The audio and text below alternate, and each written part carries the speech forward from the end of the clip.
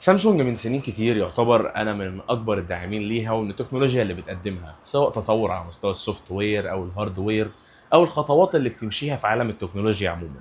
بس النهارده انا مش جاي اتكلم عن سامسونج كشركه، قد ما انا جاي اتكلم عن سامسونج مصر وخدمه ما بعد البيع. حصل لي موقف في خلال الكام يوم اللي فاتوا دول مع شركه سامسونج. كان عندي مشكله مع جهاز اس 22 الترا.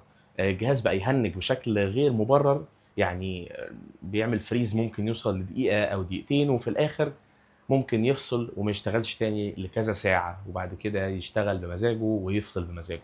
كان الموضوع غريب جدا. فلما رحت وديت لهم الجهاز، اولا انا رحت فرعين. اول فرع هو الفرع اللي في شارع ابو قير ناحية رشدي، والفرع التاني فرع سموحة اللي هو يعتبر قريب من سيدي جابر. فالفرع الاولاني اولا رفض ياخد التليفون بحجه ان الجهاز جاي من بره مصر، وان هما ما بيستلموش اجهزه جايه من بره مصر. ودي بصراحه كانت حجه غريبه جدا، لان احنا المفروض في سامسونج وتوكيل عالمي بيستلم تليفون ايا كان جاي منين، طالما التليفون سامسونج واصلي مش هاي كوبي، المفروض الجهاز بتستلمه ايا كانت البلد اللي هو جاي منها. ومش دي النقطة. بعد ما السيلز ما استلموش، انا قررت ان انا مش هسكت وهروح فرع تاني، وفعلا رحت فرع سموحة.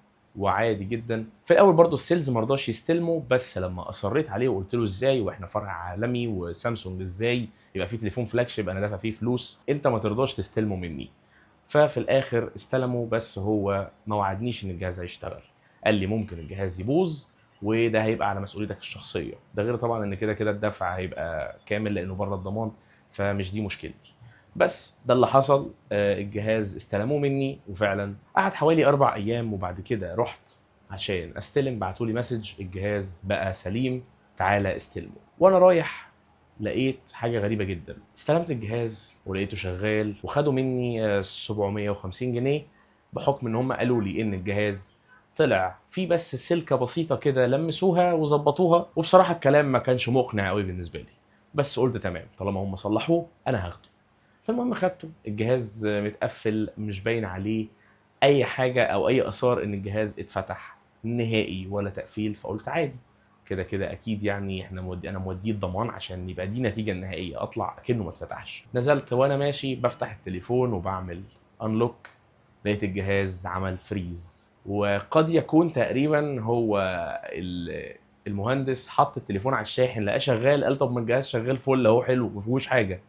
رجعوا وقول ان احنا صلحناه، وخدوا مني 750 جنيه. ومش دي الفكره، الفكره في المبدأ، الفكره في ان انت ما صلحتش الجهاز.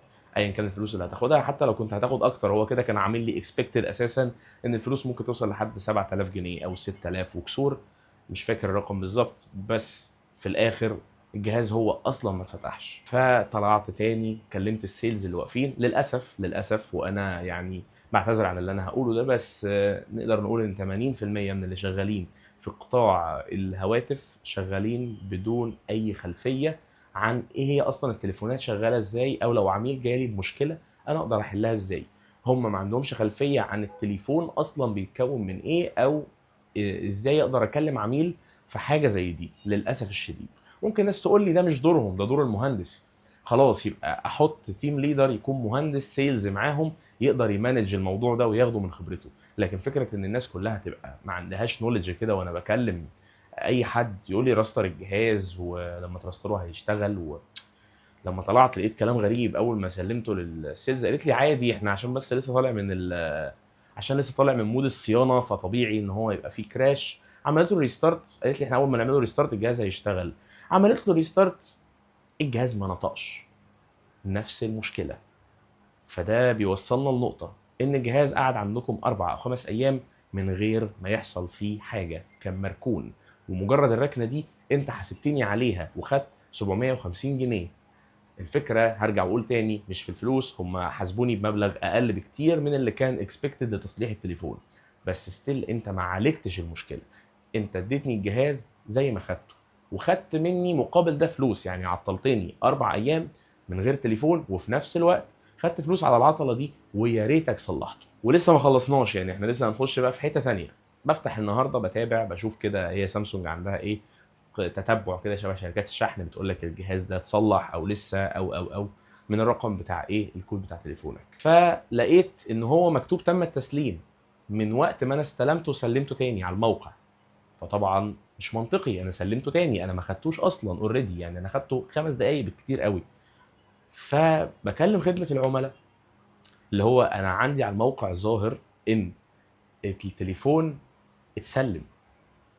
فلقيت اللي بيكلمني من خدمه العملاء بيقول لي يا فندم حضرتك استلمت التليفون.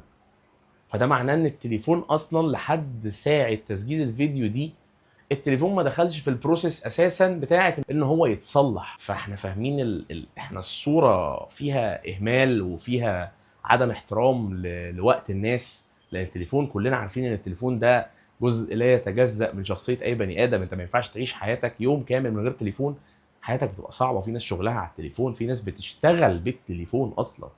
فالموضوع مش لذيذ خالص. وحبيت اوجه رساله لكل الناس اللي شغالين في سامسونج او اي حد ليه صوت، لو سمحتم يا ريت شركه بحجم سامسونج ما ينفعش تكون دي خدمه ما بعد البيع بتاعتها نهائي.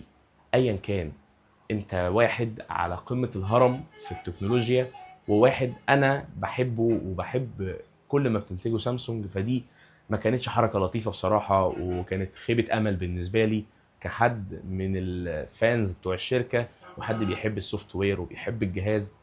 فيا ريت ما تبقاش دي التجربه اللي بنقابلها بعد استخدام التليفون، عشان فعلا فعلا الموضوع مش لطيف خالص. واسف لو طولت عليكم، دي كانت حاجه بس حابب اشارككم بيها. ما تنساش تعملي سبسكرايب، ولو الفيديو عجبك او استفدت منه بشكل او باخر اعمل لي لايك واكتب لي في الكومنتات حابب نتكلم ايه في الفيديو اللي جاي.